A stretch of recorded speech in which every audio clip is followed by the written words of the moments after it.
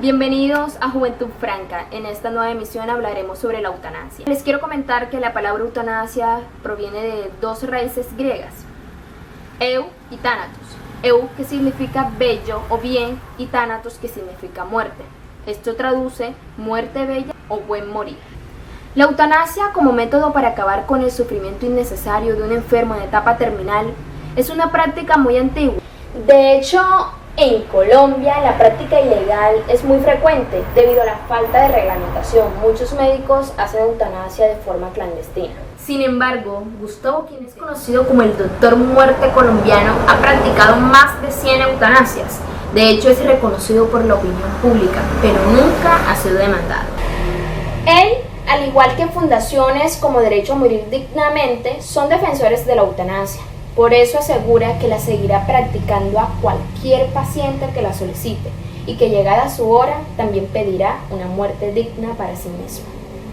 El procedimiento de la eutanasia, que quizá la mayoría de las personas pueden pensar que es un procedimiento de pronto tétrico o doloroso o difícil de presenciar, no tiene nada de eso.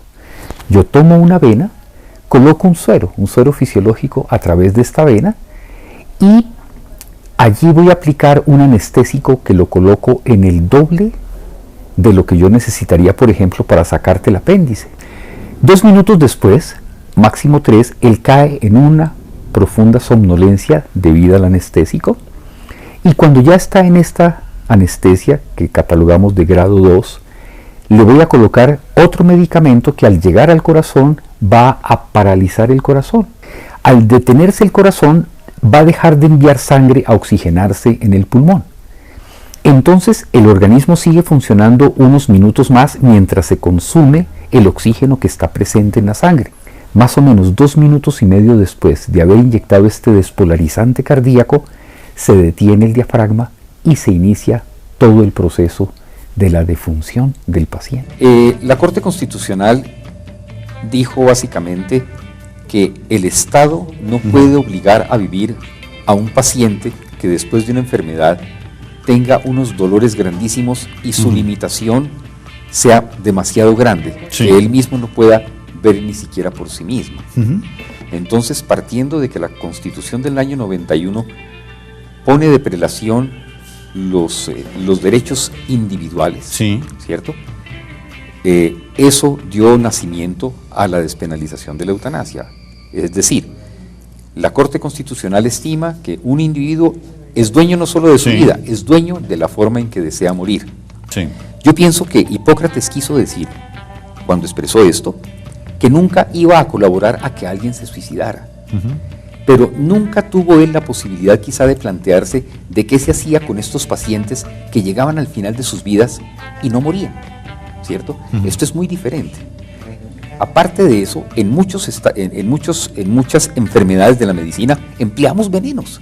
Una quimioterapia es mediante venenos. Una radioterapia es mediante aplicación de unas radiaciones que son también un veneno, ¿cierto? Entonces pensar que nos atenemos solamente al dicho de Hipócrates de que nunca le dará un veneno a uno de sus pacientes, nos quedamos muy corticos para entender a Hipócrates. Cuando me sacaron del vehículo en el que tuve el accidente y me llevaban hacia el hospital, empecé a notar que no podía mover ni mis manos ni mis pies. Me hizo pensar inmediatamente, vas a quedar cuadripléjico, y no tenía yo sino como 40 años, menos de 40 años, tenía como 35 años.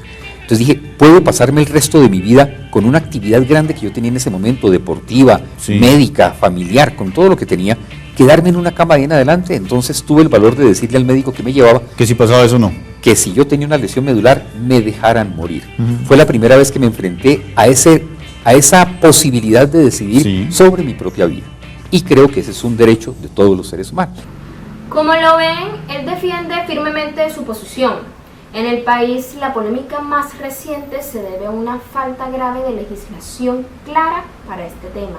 Y más aún porque ya se le ha dado una solución por la vía administrativa que le abre camino a esta práctica, de acuerdo a unas condiciones establecidas por la Corte Constitucional. Pero, ¿por qué nos cuesta tanto hablar de eutanasia, o peor aún, de la muerte, si es una condición que acompaña al ser humano desde que es concebido. Para conocer una opinión objetiva y crítica, invitamos al docente William Merchant. Cuando se pierde el individuo, lo que empieza a quedarse atrás son las grandes conquistas. Y una gran conquista es el hecho de tener la convicción de que uno es dueño de sí mismo. Cuando empieza a dar el debate de la eutanasia, tiene que ver justamente con eso. La eutanasia es esa posibilidad de que el otro, no yo, el otro, defienda su susceptibilidad, su convicción, sus miedos, sus temores, sus tabúes, sus credos, frente a un asunto que me compete solamente a mí como individuo. Es decir, si yo tengo la potestad de elegir, por ejemplo, qué carrera profesional voy a elegir, qué tipo de deporte voy a practicar, qué tipo de alimentos voy a consumir, también tengo el derecho a elegir cuándo, por asuntos trascendentales, puedo dejar de sufrir. Es decir, la eutanasia tiene que ver con la capacidad que tiene el ser de definir hasta qué punto es capaz de soportar el sufrimiento. Ahora, los debates que se presentan en torno a la eutanasia siempre están tocados por convicciones morales, por convicciones religiosas, ideológicas del otro. Es decir, eso no vincula a quien está deseando la muerte, a quien está solicitando la muerte, o a quien no tiene ya la potestad ni siquiera de eso.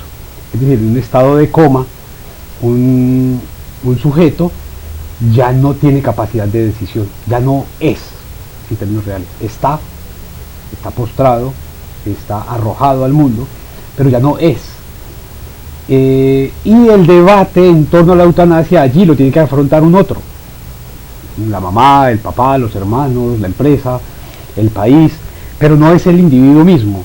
Es decir, todo el fenómeno de la eutanasia lo que compromete es una especie de anuncio terrible de la muerte de la individualidad, de la capacidad que tengo yo de decidir hasta qué punto mi piel es mi propia potestad. Es, en términos de sociológicos, el asunto de los tatuajes.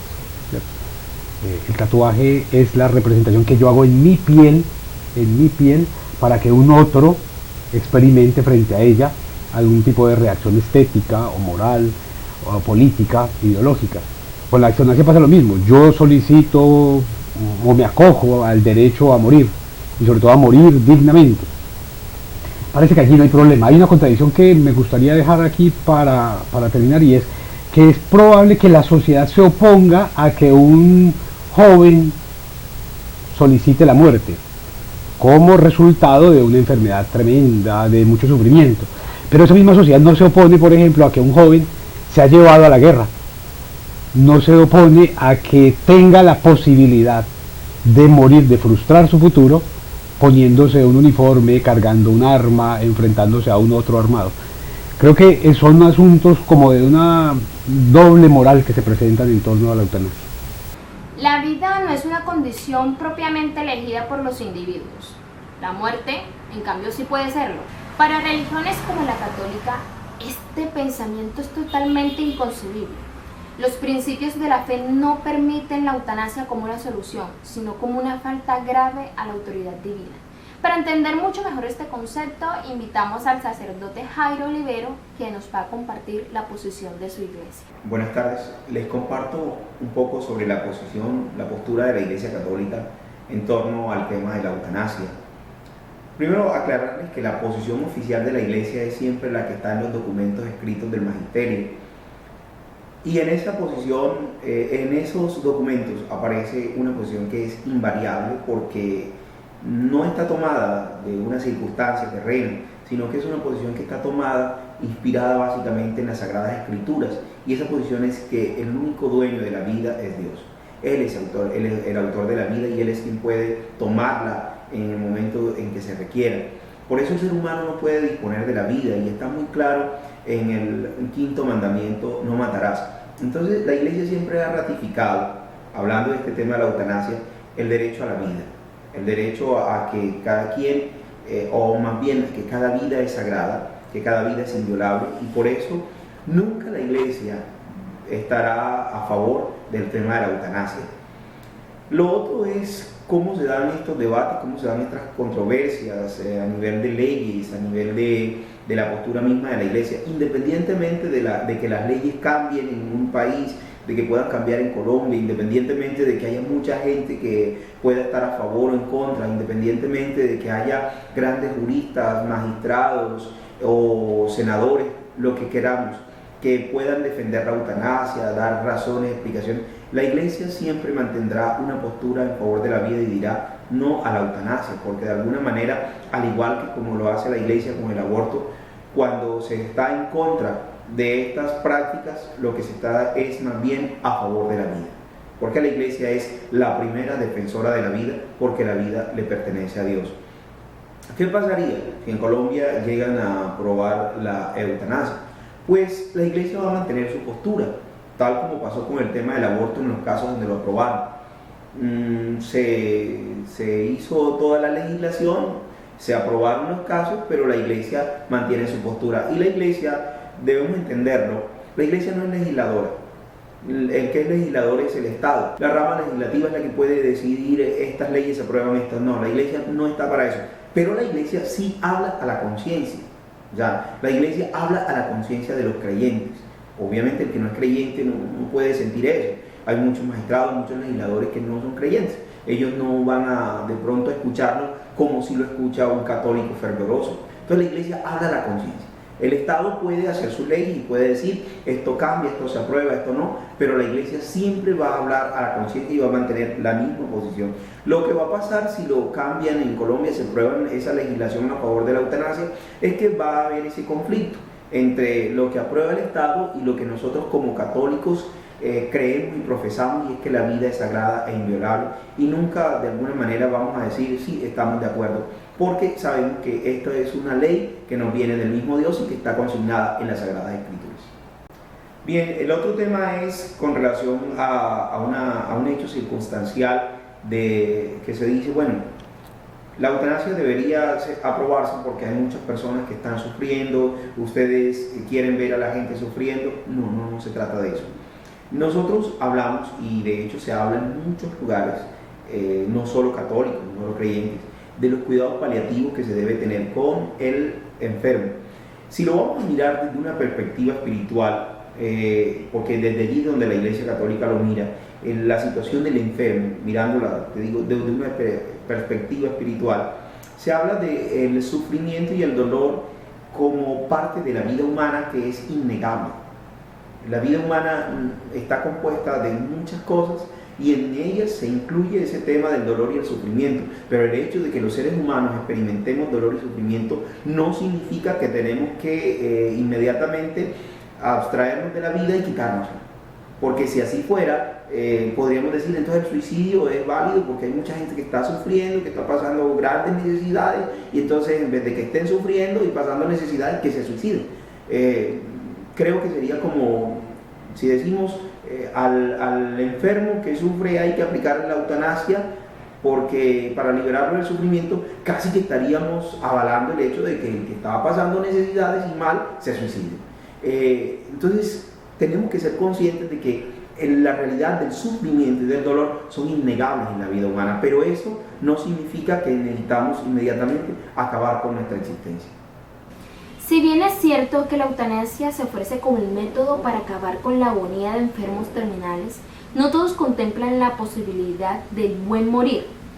Hay algunos que por sus credos y convicciones asumen la enfermedad y el sufrimiento que ésta trae como una etapa más de la vida. Un vivo ejemplo de esto es Ana Piñeres, quien sobrevivió a un cáncer de médula. Ella nos contará su experiencia. Me llamo Ana Yolanda Piñeres, casada, madre de 2 hijas. Mi vida fue feliz y normal hasta que en el 2007 me pronosticaron cáncer de médula. Mi vida cambió inmediatamente, de un momento a otro. No me dio tiempo de nada.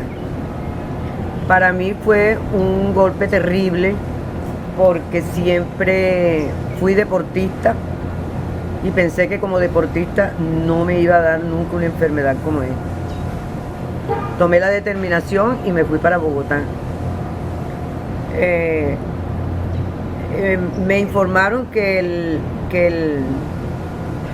el tratamiento duraba un año, pero gracias a Dios me lo pudieron hacer en 5 meses. A los 5 meses me hicieron el trasplante de médula, trasplante autólogo. Quiere decir que yo misma di mis células. Llegué a mi casa y seguí mi vida normal durante 5 años. A los 5 años tuve una recaída, nuevamente volví a Bogotá, nuevamente me hicieron un segundo trasplante de médula ósea. Nunca pensé en la muerte, ni aún en la muerte causada por la misma enfermedad del cáncer. Por lo tanto, yo no comparto ni estoy de acuerdo con la eutanasia. Si me preguntaran qué significado tiene la eutanasia para mí, diría que es un arma de doble filo. Una licencia para matar y un permiso para suicidar, o para que se suiciden las personas. Creo firmemente en Dios como el creador de la vida y como el que tiene que disponer de la misma vida. Bien, habiendo visto la eutanasia desde 4 miradas, quiero que nos preguntemos si, al igual que la vida, la muerte debe ser digna, cuál debería ser el límite de la fe y hasta qué punto la eutanasia o la no eutanasia limita o expande nuestra facultad de elegir como individuos. Esto fue todo por hoy. Gracias por acompañarnos en Juventud Franca. Chao.